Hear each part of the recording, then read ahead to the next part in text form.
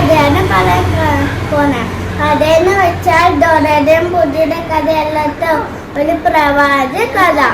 കഥയുടെ പേര് മുത്തുനബിയുടെ പെരുന്നാൾ സമ്മാനം.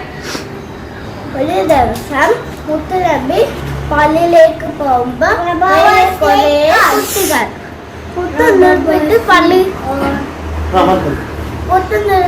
പള്ളിയിലേക്ക് പോകുന്ന കണ്ടു. കൊച്ചു തേങ്ങി കരയുന്ന കണ്ടു. നബി സല്ലല്ലാഹു അലൈഹി വസല്ലം ചോദിച്ചു, മോനെ നീ എന്തിനാണ് കരയുന്നത്? കുട്ടി ചോദിച്ചു, എനിക്ക് പുത്തനുടുപ്പില്ല, എനിക്ക് പുത്തനുടുപ്പ് വാങ്ങി തരാൻ ആരുമില്ല. അപ്പൊ നബി സല്ലല്ലാഹു അലൈഹി വസല്ലം കുട്ടിയെ കൂട്ടി വീട്ടിലേക്ക് നടന്നു. ആയിഷ ബീബി റളിയല്ലാഹു വിളിച്ചു. പത്നി ആയിഷ ബീബി റളിയല്ലാഹു വിളിച്ചു. ഈ പുത്തനൊരു പെറ്റ് അത്തരം ബുഷി എൻ്റെ കൂടെ ആയിരിക്കും. അപ്പൊ അതുപോലെ ആയിഷ ബീബി റളിയല്ലാഹു വിളിച്ചു. അതുപോലെ ചെയ്തു ആയിഷ ബീബി പുത്തനൊരുക്കും അത്തരം ബുഷി പള്ളിയിലേക്ക് വിളിച്ചു.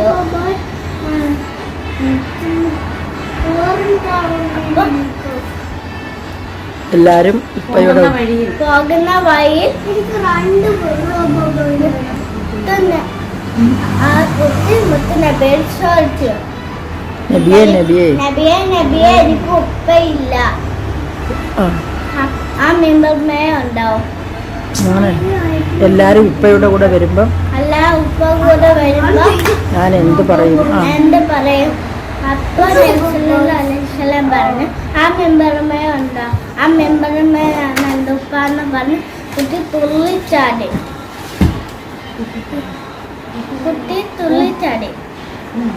കൂട്ടുകാരെ